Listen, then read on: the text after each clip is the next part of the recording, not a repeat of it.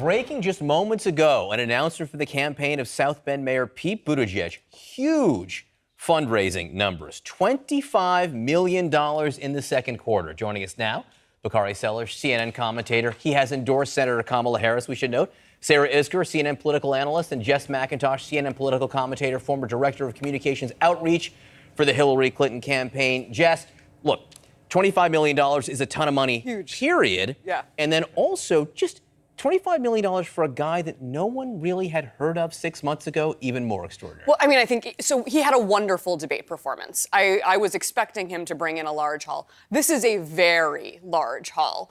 I think it reminds us that most Americans had not tuned in before this debate. Probably still most Americans haven't tuned in. But those who did watch the debate, we saw that Pete Buttigieg, I think, was the second most Googled candidate after Kamala in that second round.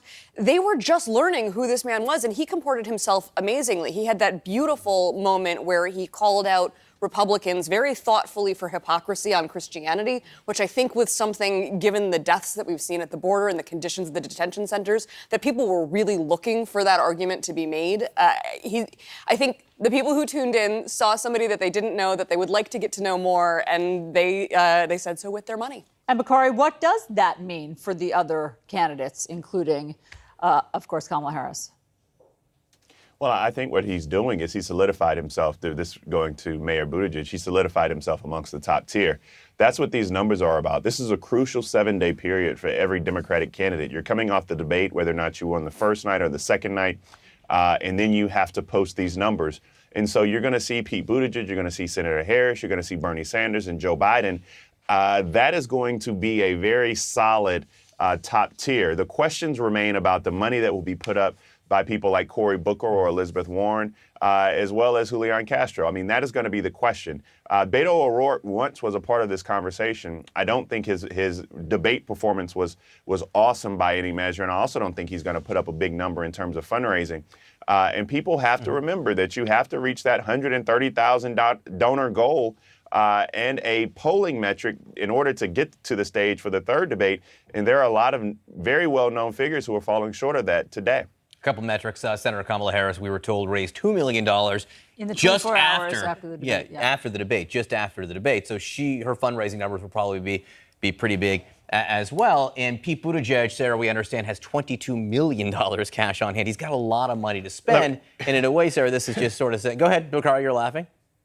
No, I was laughing because I was just going to say that I love Senator Harris, but her number ain't going to be $25 million. Yeah. I mean, Pete Buttigieg put up an awesome number, Yep. And it needs to be, and we need to recognize that. Yep. I think the only person who's going to outrace him will probably be Joe Biden, and we all know Bernie Sanders in the Our Revolution movement. They just print money over there anyway. Right. And Sarah, what I was suggesting is this is a sign he's here to stay.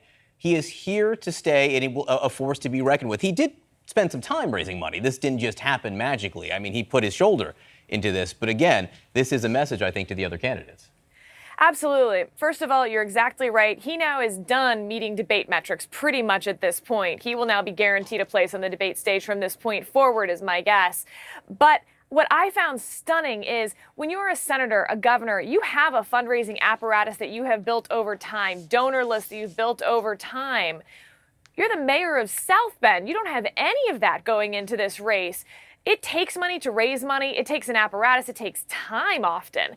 They did it with none of that. So if that's a sign of things to come and the sort of smart choices that they're making along the way, I think that's a message to other candidates that they're doing this really fast and really well. Now, on the flip side, what we saw, if this were 2008, 2012, the fundraising primary is a thing and it's real. What we saw in 2016 is that it wasn't, that there are other ways to get your message out. So it is important to raise money, but it's also important how you spend that money, whether you spend it smartly and whether someone else can do what you're doing without money.